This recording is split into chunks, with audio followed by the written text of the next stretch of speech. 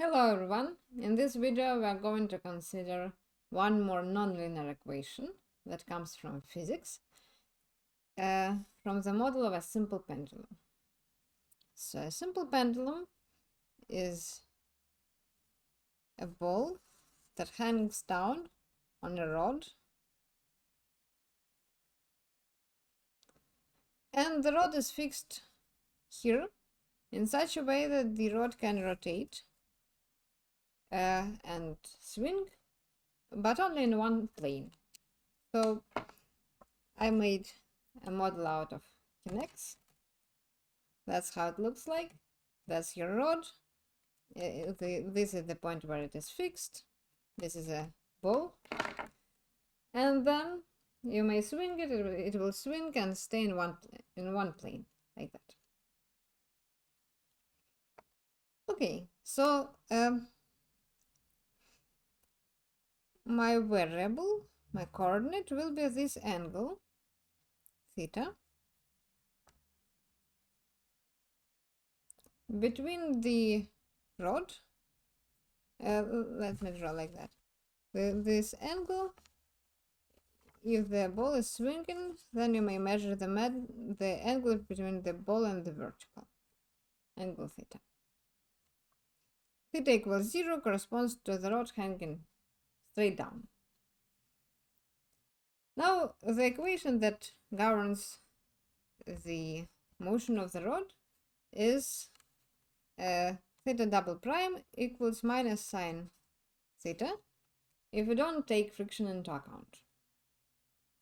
I will not derive this equation.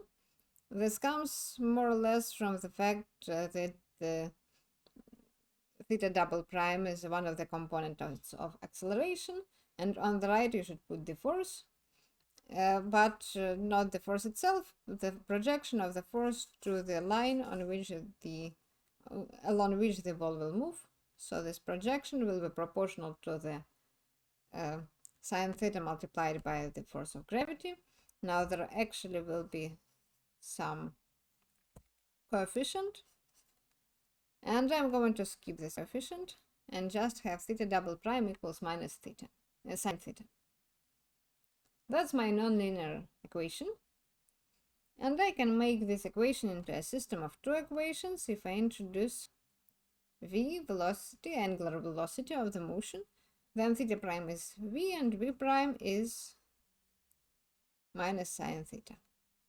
This is my nonlinear system.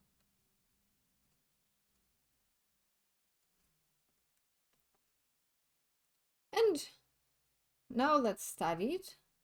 We will study this system, and then I will add friction, dampen proportional to velocity, and we will study the new system as well. Okay. So first of all, let's find equilibriums and study their stability. To have an equilibrium, you need the right hand side to be equal to 0. So v equals 0 and sine theta is 0. So theta is pi multiplied by k. If you want to draw this on the phase plane with two coordinates, position and velocity, then there will be infinitely many points that correspond to equilibriums. So how does it look for the actual pendulum? 0 means that the pendulum hangs straight down. 0 angle with vertical. Angle pi means that the pendulum hangs straight up, which is also an equilibrium. You can balance the pendulum like that, it will not move. And then 2 pi means that the pendulum is still hanging down, because 2 pi is same as 0 in a sense. And then, so actually, in a sense, there are only two different equilibriums, 0 and 2 pi. And then the picture will repeat itself because the angle 2 pi is not any different from the angle 0. Okay, now let's compute the Jacobian differential with respect of the first component with respect to theta and v. and differential of the second component with respect to theta and v. That's the Jacobian. And it will be different at our two equilibriums, 0, 0 and pi 0. At 0, 0 you will see 0, 1, minus 1, 0 Jacobian, and at pi 0 you will see 0, 1, 1, 0. So these are the matrices of two linear systems, of the linearizations. And now I can sketch a picture. At pi 0, this matrix has eigenvalues 1 and minus 1, and the thing is a saddle with separate traces along eigenvectors 1, 1 and minus 1, 1. And so the vector 1, 1 corresponds to positive eigenvalues, and 1 minus 1 corresponds to negative eigenvalues. So lambda is plus minus 1, v is 1 plus minus 1, and that's the saddle picture near pi. The linear system has this picture, thus the nonlinear system will also have a saddle. Separate traces will curve, but there will still be a saddle. Same happens at all points that are marked, that are differ from pi by multiples of 2 pi. And this corresponds to the upper equilibrium. That corresponds to what we know. The upper equilibrium is unstable. That's why you don't actually see it. It is very hard to balance the thing in the upper equilibrium, because almost all trajectories that start near pi 0 will go away. All phase curves will go away, and that's what we observe. If I try to balance it, it goes down. This corresponds to this motion along the separate traces away from the upper equilibrium. Now, at 0, 0, this thing has complex eigenvalues, plus minus I, and the linear system will have a center. If a linear system has a center, our theorem doesn't apply. We don't actually know from the linearization what happens at 0, 0. But actually, I'll show you how to prove this. Actually, it is true that in this particular case, you will also have a center for a nonlinear system. Now I am completing the picture. I didn't prove the picture yet, but that's how it looks like. There will be saddle separate traces that curve, and they join unstable equilibriums. There will be center-like behavior inside this little piece, and then outside the little piece the pendulum will move like that. That's the picture. Now, you don't see this picture if you just use linearization, so you need to do some additional analysis over here. Before I prove that the picture is like that, let me explain what these trajectories mean in terms of the pendulum. So maybe I'll erase what was here and continue the picture to the right. Here you are. So let's see, on this picture you can see like 3 types of different phase curves. So let's look at them. One type is this one. There are small closed loops around the lower equilibrium. If you project this motion to x, you will see how the pendulum moves. Sorry, it is theta. To theta, you will see how the pendulum moves. It moves right, left, right, left. So the angle is close to 0, and the pendulum will just oscillate near the lower equilibrium like that. That's this loop. And if you don't put in friction here, then it will oscillate periodically infinitely long. Then there is a different type of phase curves. They are over here. You may pause the video and try to guess what do they represent for the pendulum. Okay, welcome back. To see how the pendulum moves, I should project the phase curves to the theta coordinate. Theta is the angle with the vertical. And then I will see that the theta coordinate just increases all the time when I move along this curve. So the theta is the angle. So the angle increases means that the pendulum moves like that. So that's the motion you can observe now. Like, hold on. Like that. Theta will increase. So each time you go from here to here, the pendulum will move one turn, will make one turn, like hanging down, hanging up, hanging down again, hanging up, and so on. So this motion corresponds to going over the top. And then there is a third type of phase curves that are over here, the saddle separatrices. And you don't actually observe them in the real life system because this is just one trajectory and you don't have infinite accuracy. You will always be either here or here.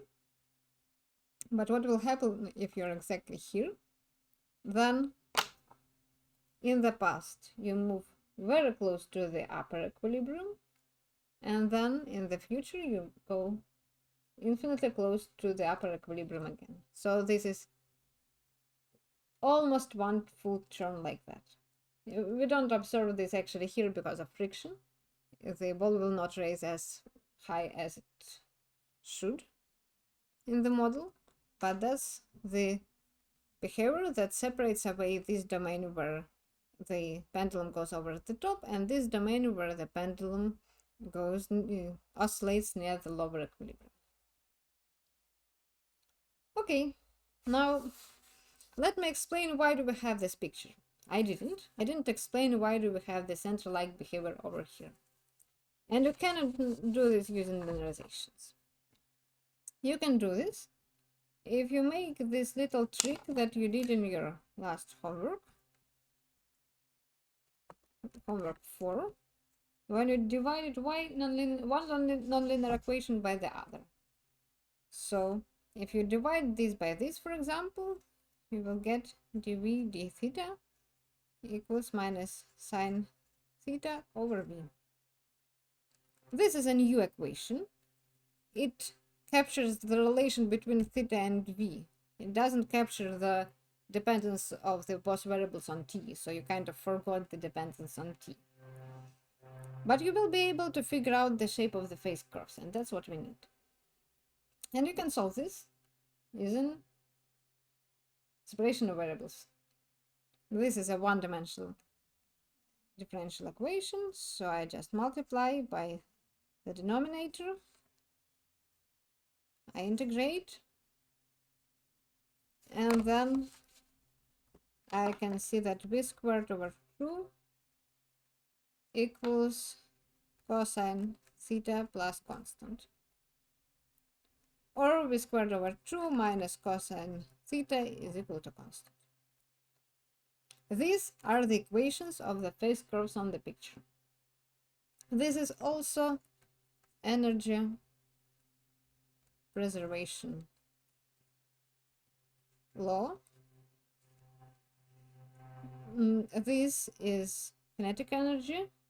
You don't see m here because I ignored the constant that should be sitting here, but it is actually mv squared over 2.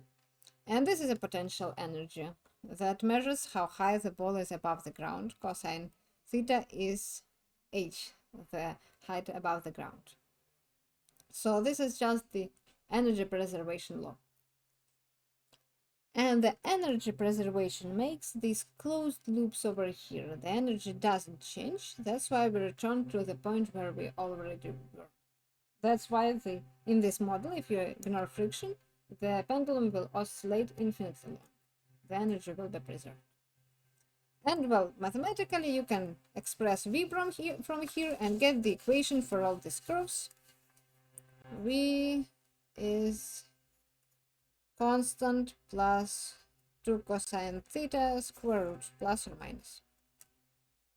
And then everything depends on c. If c is greater than 1, then this is always positive, and the thing will be always defined, and that's this graph. And if c is negative, then this thing will have a limited domain of definition when you take a square root, but because of plus or minus, you will have two curves over here, and that will be your closed loops. This is the explanation of the fact that the loops are closed. Because if you plot this cosine plus c for c smaller than 1, and then take the square root, then the square root will only be defined if this c plus cosine is positive. And when you compute this square root, you will have upper halves of the circles, and the minus square root will give you lower halves of these circles. So that's how the circles over here, ovals over here, will appear on the picture. Okay, so that's the picture with no friction. Now we will modify it just a little bit and see what happens if you have friction. So let me add minus cv to my equation, which means that I add a little dampen proportional to velocity. This computation will not work anymore, but you can still compute Jacobians and study equilibriums.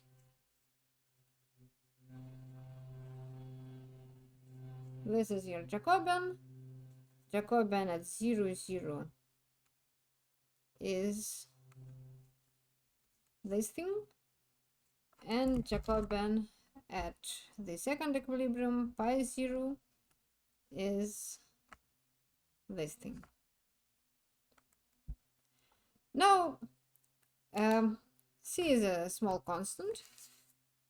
This thing, if you compute eigenvalues, you will see that there are different signs and negative. You will see, for this one, if you compute equilibriums, they will be close to 1 and minus 1. And you will see that you will still have a saddle. So these points remain saddles. And these points, they're not centers anymore because of this constant c. They will become stable spiral. Stable. They will become stable. They will become spiral sinks, which is very reasonable, because what happens is that the energy that used to be preserved is not preserved anymore. It decreases, which means that we get, as we move near the lower equilibrium, we will start to get closer and closer to the stable equilibrium, like that. So the new picture, let me plot the new picture. It will have spiral sinks instead of centers in stable equilibriums. It will still have saddles in the upper equilibriums. Equilibriums will not move, they will remain at where they were, because the right hand side is 0 at exactly the same points as it was. And now when you complete the picture, you will see the behavior like that.